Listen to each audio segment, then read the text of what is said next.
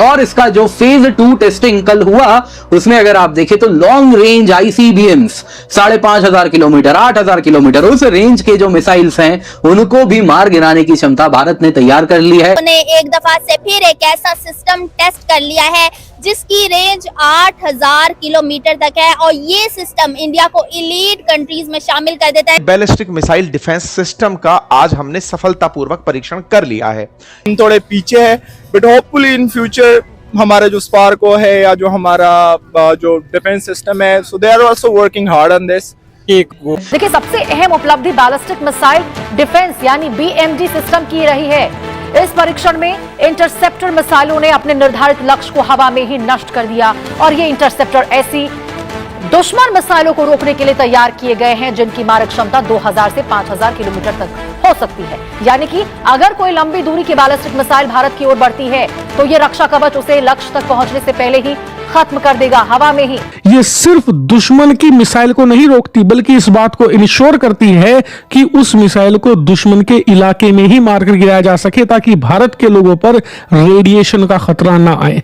लेकिन इसके बाद आती है एड 2 जो इससे भी खतरनाक है। वो इसलिए क्योंकि एड 2 की रेंज बताई जाती है 5,000 किलोमीटर और रेंज से ही आप समझ गए होंगे कि ये मिसाइल पाकिस्तान के लिए नहीं, ये चीन के लिए बनाई गई है। अगर चीन के किसी भी हिस्से से भारत पर परमाणु अटैक किया जाएगा तो ये मिसाइल चीन के अंदर ही उसे बड़ी आसानी से मारकर गिरा देगी। तो इंडिया खासकर उसको जो रिसेंटली जो खफत उठानी पड़ी है पाकिस्तान से पिछले साल तो इस तनाजुर में उसकी अवाम का भी बड़ा उस पर प्रेशर है। अगर आप इसको अरेबियन सी में देखें तो पूरी पाकिस्तान की नेवी इसकी जद में है और कहीं जाने की जरूरत नहीं है।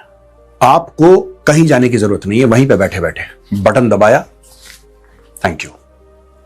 अगर आप अपने ईस्टर्न सीबोर्ड की तरफ चले जाते हैं तो ये मिसाइल काम आएगी चाइनीज नेवी के खिलाफ। Let's be very categorical and clear, हम ये बना क्यों रहे, right? Primarily China and China's extension Pakistan.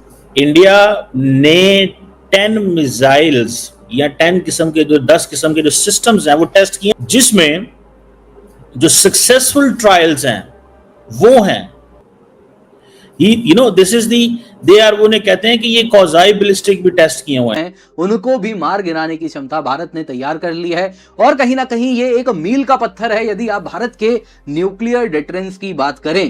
Clearly दोस्तों, ये जो मिसाइल्स को रोकने वाला शील्ड है, बैलिस्टिक मिसाइल डिफेंस सिस्टम है, ये अगर आप देखें तो चाइना से आने वाले खतरे को रोकने में बड़ा काम आने वाला है। दोस्तों यहां पे अगर आप देखें तो आईसीबीएम किलर हमने क्या एग्जैक्टली बनाया है, बहुत आवश्यक है उसको हम जाने। आप देख सकते हैं डीआरडीओ ने देश का नेक्स्ट जनरेशन डिफेंस कैपेबिलिटीज तैयार किया, उसे डिमॉन्स्ट्रेट किया। क्या है ये फेज 2 बैलिस्टिक मिसाइल डिफेंस का जो हमने टेस्ट किया है, बेहद आवश्यक है इसको हम जाने। चर्चा है भारत के द्वारा डीआरडीओ के द्वारा 10 और 11 जून को उड़ीसा के तट पर आईटीआर जो इंटीग्रेटेड टेस्ट रेंज है बालासोर में, वहां पर किए गए सफल परीक्षण की, जिसमें हमने multi layered ballistic missile defence प्रणाली का सफल प्रदर्शन किया। साथ ही साथ naval antiship missile medium range का भी हमने यहां सफल परीक्षण किया। इसी बात है कि हम अपने नेशनल इंटरेस्ट पे कॉम्प्रोमाइज नहीं करेंगे, किसी को अच्छा लगे किसी को बुरा लगे।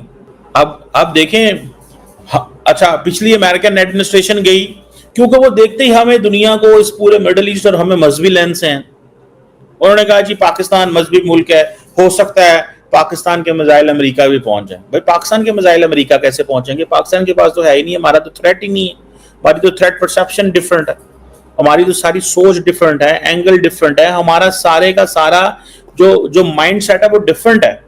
क्या कभी हमने यूरोप को थ्रेट दिया? क्या कभी हमने किसी को मिडिल ईस्ट में थ्रेट दिया? कभी थ्रेट देते ही नहीं, हम ये करते ही नहीं है हम काम।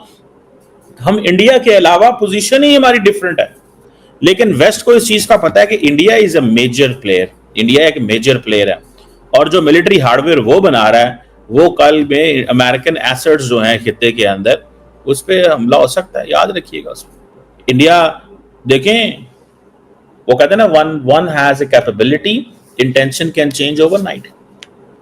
जब किसी के पास कैपेबिलिटी मौजूद हो तो क्या इंटेंशन नहीं बदल सकती?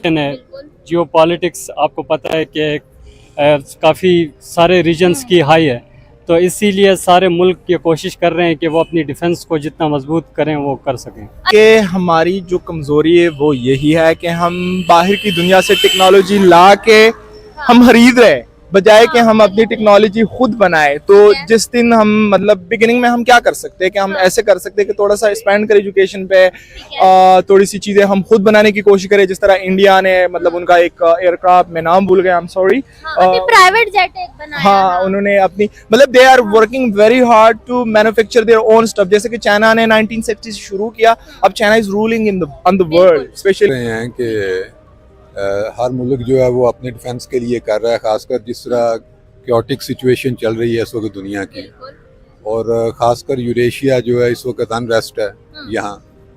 तो अमेरिका जो है वो अपना मागा प्रोग्राम के तहत अपने आप को श्रिंक करके तो अटलांटिक की तरफ जा रहा है। तो यहाँ के मुल्क जो हैं वो क्रिएट कर रहा है कि यहाँ जो ताकतें हैं वो अपने रीअलाइन करें अपने आप को।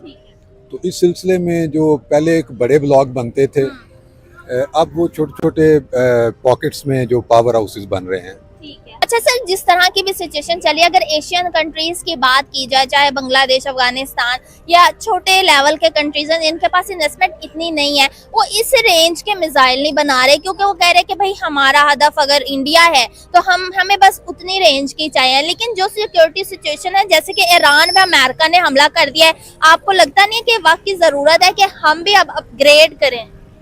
देखिए, पाकिस्तान का जो हिस्टोरिकल मौक़िफ़ रखा है, पाकिस्तान कहता है कि वो साउथ एशिया में जो बैलेंस ऑफ पावर है उसको मेंटेन रखेगा। और वो कैसे रखेगा? वो उसकी जो मिसाइल्स की रेंज है वो इंडिया तक पहुंच सके, इंडिया के एक कोने तक वो टारगेट कर सके। जबकि इंडिया का मौक़िफ़ ये है कि वो एक रीजनल हेजमॉन बनना चाहता है, इस रीजन का भी वो एक बड़ी पावर बनना चाहता है, और इसी तरह उसकी ग्लोबल एम्बिशंस भी हैं। तो इन एक्सपोर्ट हर चीज वो खुद बनाते हैं। अब इंडिया भी वो सेम चीज कर रही है, हर चीज खुद बनाने की कोशिश कर रही है। तो इन फ्यूचर मुझे लग रहा है कि जिस तरह वो जा रहे हैं तो they will be very ahead of us, क्योंकि हमारा educational system day by day कमजोर होता जा रहा है। हालांकि हमारे साथ we have very talented people, we have very talented students. अब अगर हम उनको मौके दें तो वो मुल्क से बाहर नहीं जाएंगे। अब आपने सुना होगा कि रिसेंटली हमारा बहुत सा जो टैलेंटेड स्टूडेंट्स है या जो टीनेजर्स है, दे आर लिविंग पाकिस्तान।